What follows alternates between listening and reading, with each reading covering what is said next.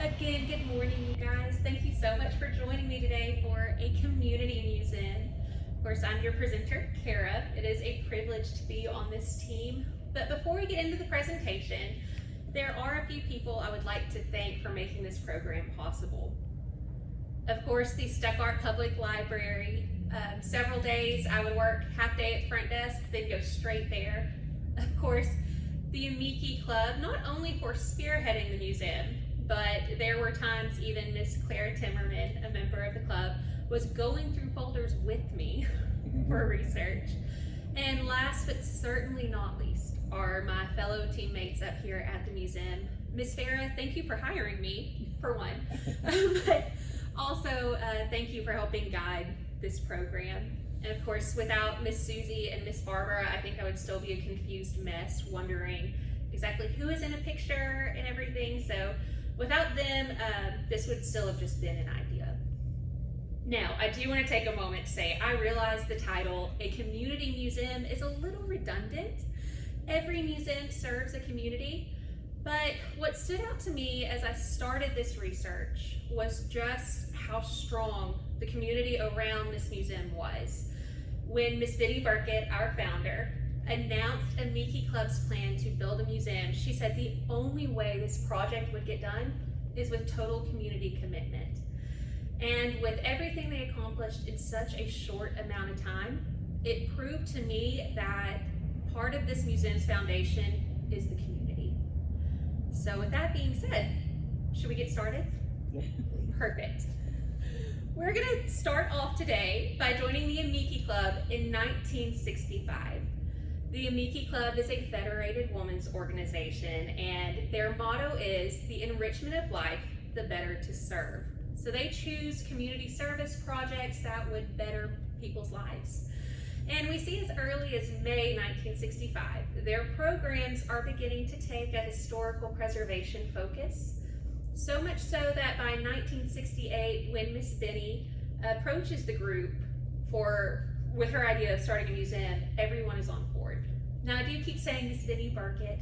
She was a Grand Prairie born local historian and educator, and she was a force. She got things done along with her fellow members. Now, Amici Club members during that time, this is not everybody in the club, but those pictures starting on the front row. Oh my goodness, guys. I'm so excited that I'm getting tongue-tied already. We're gonna be good. But on that front row, we have Anna McIntyre, Dorothy Kirksick, Sis Smith, Martha Hammonds, Miss Benny Burkett at the end there. On the back row, we start off with Jean Pollard, Dorothy Wilkes, Pauline or Polly, Rich, Louise Crum, Elsie Marie Hargrove, Patricia Staton, Lou Brummett. Her title as Miss Winston Riddle of Benton. I never could find her first name, but I think she was actually just visiting that day. And on the end, we have Catherine Davis. And I will forever love Miss Catherine's expression in this picture. Already you can tell they're a great group, but those not pictured are Jane Burris, Dickie Burnett, Betty Colbert, Virginia Hampton, Wanda Hartz Jr., Margaret McCollum, Bonnie Pritchard, June Spann, Alice Sparrow, Elma St. John, Roberta Townsend, and Dolores Vickers.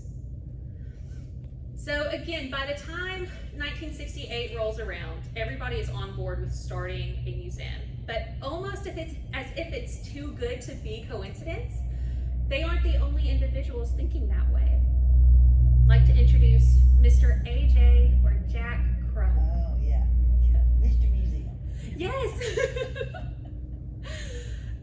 He was a retired farmer in Humphrey, and he had this skill. His hobby was restoring steam traction engine and cast iron machinery, and he had gotten so skilled that by 1968, the town of Searcy had reached out and asked him to display one of his engines at a fair.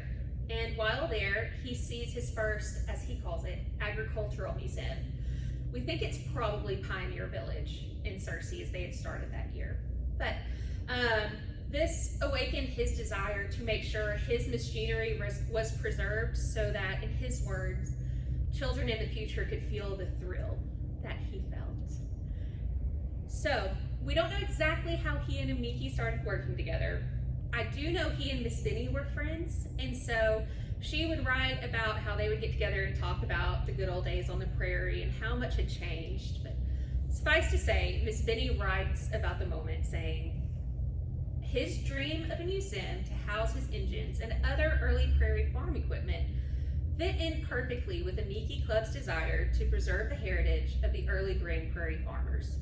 Thus, Amiki Club undertook the tremendous responsibility of spearheading the drive to build an agro-museum at Stuttgart. So we have our inspiration, we have our organizers. What's next? Well, by 1970, Miss Benny Burkett is writing a weekly column called Yesteryears and editing the Grand Prairie historical page for the Stuttgart Standard. The Amiki Club has purchased a laminating machine, which you see here, and other pieces of equipment to help preserving artifacts and genealogical work, so much so that the Stuttgart Public Library has actually donated a wing to their work at this time. And of course, Mr. Crumb is busy repairing and spreading the word. And this brings us to the very busy year of 1972.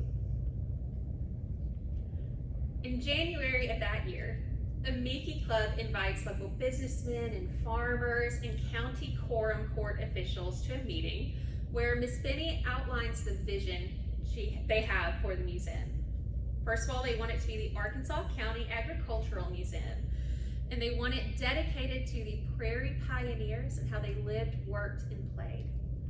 They want to build it across the street from John Kane Park, and very importantly to them, they did not want to use a cent of public funds. So they did not want to use county, state, federal taxes to build this museum. They were hoping to do it through private donation. Now, building a museum and caring for the salary of a curator and maintenance are two different things, and so they hoped that if they could get the museum built, that Arkansas County officials would then vote to take care of those items. Well, by February, they had the site, and the court had agreed to care for salary and maintenance once it was built. We see a lot of community support. For instance, local businesses are allowing Amiki Club members to set up displays. This was taken in April of '72. This was Miss Claudia Ahrens and her daughter Ashley at Farmers and Merchant. I have to admit, I went home and tried to recreate that hairdo, and I've decided she did it by magic. That's the only way. Again, with that community support, by March, Mayor Beaker signed a proclamation declaring April as Arkansas County Agricultural Museum Month in Stuttgart. Say that 3 times fast. Pictured with Mayor Beaker is, of course, Miss Benny Burkett and Mr. Eddie Burkle. Now, he played a large role. Yes, ma'am. We have our support, we have our organizers, but this is going to be a big project. How do you manage private donations? Well, you call on Mr. Eddie. Of course, if you know Stuttgart history, you might recognize that last name. Reverend Adam Burkle in the late 1800s, a German immigrant, comes to the Grand Prairie, eventually founds Stuttgart, and Mr. Eddie was his grandson, I believe. I don't think it was great-grandson. I've seen both reported, but anyway, he was also the pharmacist at and owner of Burkle Drug Company, who ran several successful financial campaigns before. So when Amiki Club approached him, he took his own personal motto of, "It can be done, let's do it," and brought it to this campaign. He devised a plan that would target 3 different areas of Stuttgart business, and under each area there would be a division captain with team captains reporting. The first was going to be agriculture, second industry, third merchants. It's a great plan. What are you going to call it? Well, if you take the first letters of each of the divisions, what do you get? AIM. AIM. You're absolutely right. So pictured here in this promotional picture is Mr. Eddie in the back, and then Mr. Jim Bennett of the division captain of the merchant division, Mr. Gail Stroh with industry, and Mr. Nicky Hargrove with agriculture. And we're off to a strong start. We get our first donation. Well, let me say again, with along with that community support and part of the plan was to last 10 days, earn $100,000, and First Federal Savings and Loan actually let Amiki Club set up a headquarters in their building. Pictured here is Mr. Tommy Hargrove sending in a donation to Mrs. Smith. And I thought it was creative advertising as well. But the first donation actually came from Burkett Angus Farms. Pictured here is Mr. Donnie Stroh and, of course, Mr. Jerry and Mr. Billy J. Burkett, son and husband to Miss Benny, and division captain Nicky Hargrove. Mr. Jerry was in yesterday. I almost pulled it up just to see him. But now there was also outside support for the museum as well. The Wrench family was a very prominent family in the late 1800s, early 1900s, and their descendant actually promised to give $2,000, and he did. But it really helped spread awareness for the campaign. Now, I've talked a lot about community support forming this foundation. This museum is also a result of community perseverance. Even back then, nothing went according to plan. And there were a series of things out of the group's control in that they decided they were going to move the AIM headquarters to Burkle Drug and put a pause on the actual campaign but still accept donations. And they would resume phase 2 of the campaign from November 15th, 1972 to February 15th. At that point, Amiki promised, with whatever the funds, the museum would be built.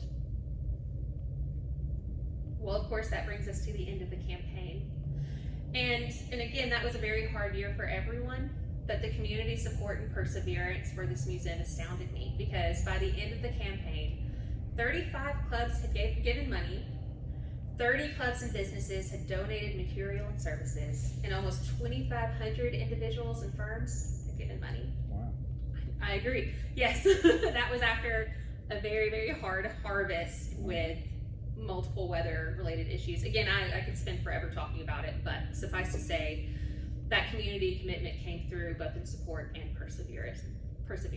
But that brings us to April of 1973, when the contract to build the museum was awarded to Irvin Pearson Company. In this picture, you'll see me flip my notes for it because I'm nervous and I need my notes. You'll see members of the steering committee, the Arkansas County Agricultural Museum Steering Committee. Of course, we know Irvin Pearson Company is Pearson Company today, and they were awarded the contract to build a prefabricated building. But there was not enough funds in our drive to cover electrical work and a concrete pad for all the heavy machinery. Mr. Jack Crum actually went out to friends again and helped raise the $3,000 needed to pour concrete for 6,000 feet, and he actually poured it himself. $3,000. Yes, yes.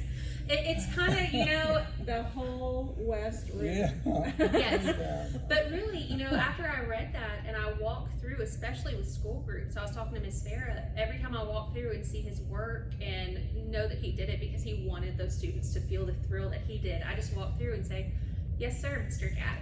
Thank you. It blows my mind. But yes, so the concrete was poured and the ground was broken in July. Here we have a picture of the progress. Now, again, there was still work needing to be done, so the museum turned to the community. We see that here. Acme Electric actually donated a lot of the materials at cost and did the work to set up the electrical needs. Let's see, the Kiwanis Club had already given money, but they poured the concrete for the walkway. Something that really stuck with me was a donation given after the building was built. It was from the North Arkansas County Extension Homemakers Council, They raised $500 for this museum. Again, the reason that just really stood out to me, a lot of these women were farmers' wives, and September of 72 brought 100 years rain, like once in 100 years rain. So there had been a very bad soybean harvest, but these women felt so passionately enough about this history being preserved that they made sure we could do it. Now, let's see. Again, my notes. In this picture, you see Mr. Eddie accepting the check from Dorothy Wilkes and Miss Dora Ruchel. Moving on, all of this brought us to November of 1973, when we were able to turn over the keys, or Meeke Club was able to turn over the keys to County Judge John L. Peterson, debt-free. It was very exciting. By December, we were able to accept the larger artifacts, like your machinery and things. Here in this picture, you see Miss Dorothy Kirksick and Mr. Jack Crum on a Nichols and Shepherd tractor that you can still see in the West Wing. This plow beside us was actually the first thing ever cataloged in the museum's history, and it was from Mr. Wayne Clow. And I thought that was fitting because all the way back in March of 1972, he'd written a letter saying, "These are the things that I intend to donate if you can get this museum built." Again, once you tour the West Wing, you can still see it there.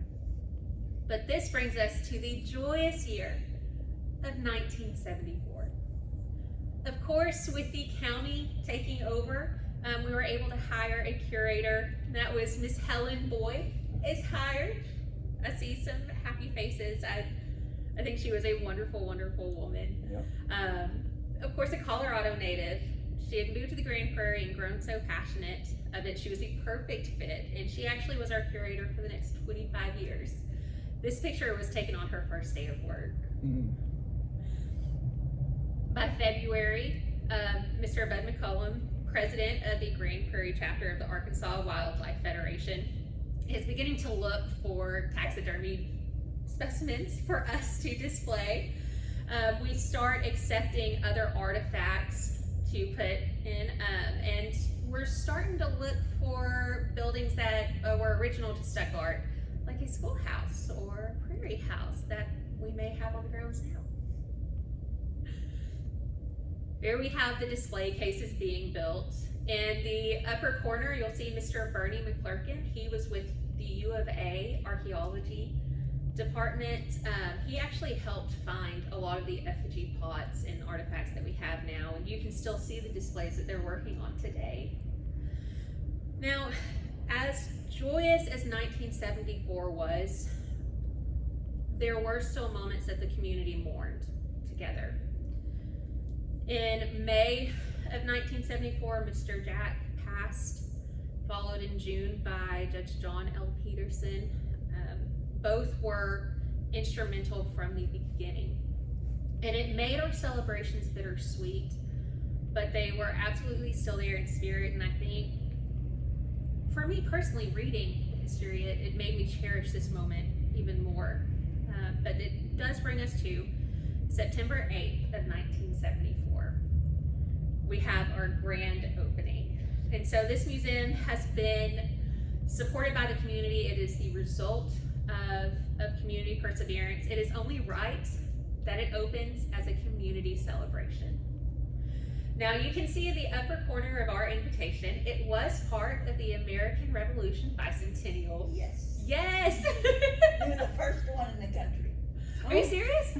You didn't know that? No. We were See, the this first- is why we do this. Yes. Yeah, it should be somewhere in y'all studies that we were the first, we call it observance celebration. There. Okay. Isn't that right, Tom? I don't know. Of the bicentennial. That's what I've always heard. Huh.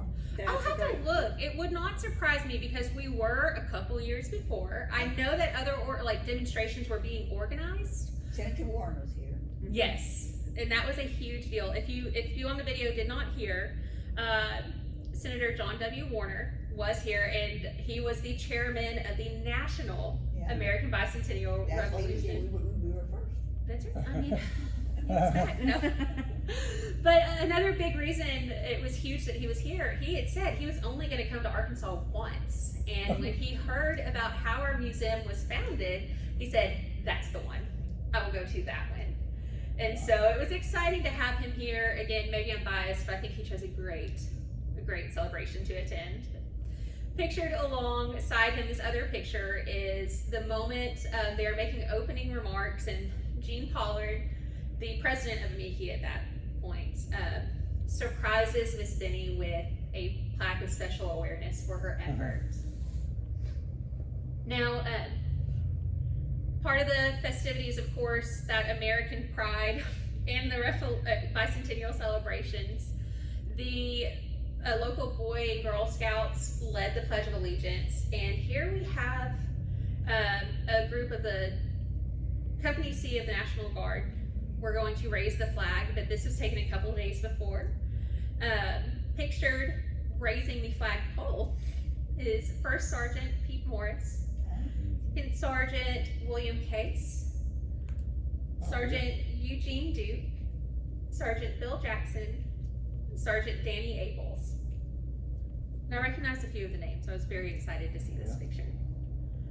Now, of course, it's not a step art party unless there's some music and dancing and food, so we, of course, brought that with Tollville's Clayton Band playing during the afternoon, lots of square dancing and popcorn and lemonade. But one moment that I feel is especially fitting for an agricultural museum is how we officially opened the building. Instead of a ribbon cutting ceremony, we got some native prairie grass, which of course was the first crop on the Grand Prairie, and asked Mr. Ed Fraunfelter, a prairie-born pioneer who had seen the change through it all, also happened to be Benny Burkett's father. He grabbed a scythe, we cut the prairie grass, and we've been open since. I will say in this picture is Governor Dale Bumpers. Oh, yeah. Yes, Benny Burkett, John Warner. Miss Glennis Parker, she was the Arkansas chairman of the Revolution ceremonies. And of course, Mr. Ed Fraunfelter. Now, I will say at this point, after all this research, you know, I was born and raised here. I grew up coming. Miss Marcia took me here several times, and I always had pride in this museum, but it wasn't until after this research that I realized how much I had taken for granted and how special it is that Stuck Art has this facility. And I'm grateful to be a part of it. I'm grateful that for 50 years, we have been able to be open and accessible for everyone in the Grand Prairie, and I look forward to honoring that for the next 50. So with that, thank you very much for joining me in this talk with Cara. Good job. I think Cara has done a remarkable job for her very first inaugural Coffee with Curator presentation. A couple of things really grabbed my attention. First and foremost, we walk the halls here every day, and to see the name Jack Crum on so many things and know that he didn't get to see it open, that kind of broke my heart a little bit, and it makes me actually want to be a better steward of what he worked so hard towards. It's also a blessing to know he still has family in the area. There are very, very few members of the Burkle family still in the Stuck Art community, unlike the Crum family and the Burkett family and several other of the families, the Pollard family, that were hugely instrumental in opening this museum. And even my own family, you know, my family names are dying off in this community. But to know how much the community came together. 50 years ago, it was just a way of life. And today we're losing that human connection quickly. To know that there were 2,500 individuals, not the corporate sponsors, but individuals who donated to the museum to get it open.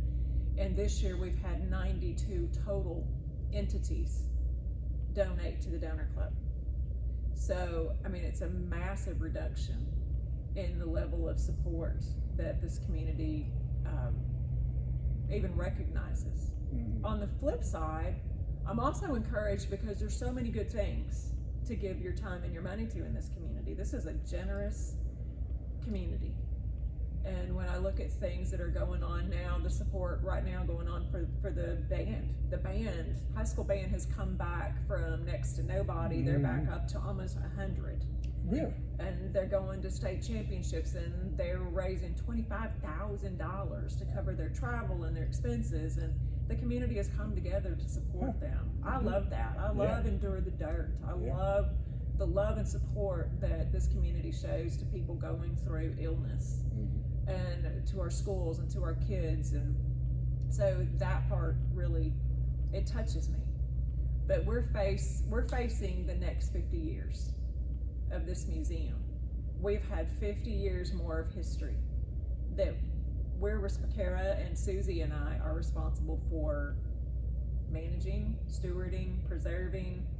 And so with that, I just want to share a little bit with you, because both of you are here all the time. I mean, you know what's going on around here. How do we maintain and preserve this for the next groups coming behind us, next generations? Right now we are surveying people. We've been surveying people for about 6 weeks on what they perceive to be the mission of the museum, what the effectiveness of our flow and our information, so that we can go back to the board and say, this is what the community thinks, and this is what the people we serve think about it. And then rather than add on to the museum and incur additional cost in electricity, and because let's face it, we can't pour concrete for $3,000 anymore. How do we steward the space we have now? And I think we can do that by realigning some of our exhibits. For example, the plows behind you and the plows in the West Room will hopefully be on a vertical display here, where we can free up the middle part of the West Room and give more of a chronological history of the community that encompasses more. We've done a great job of preserving what the founders of the museum knew. Now there's more.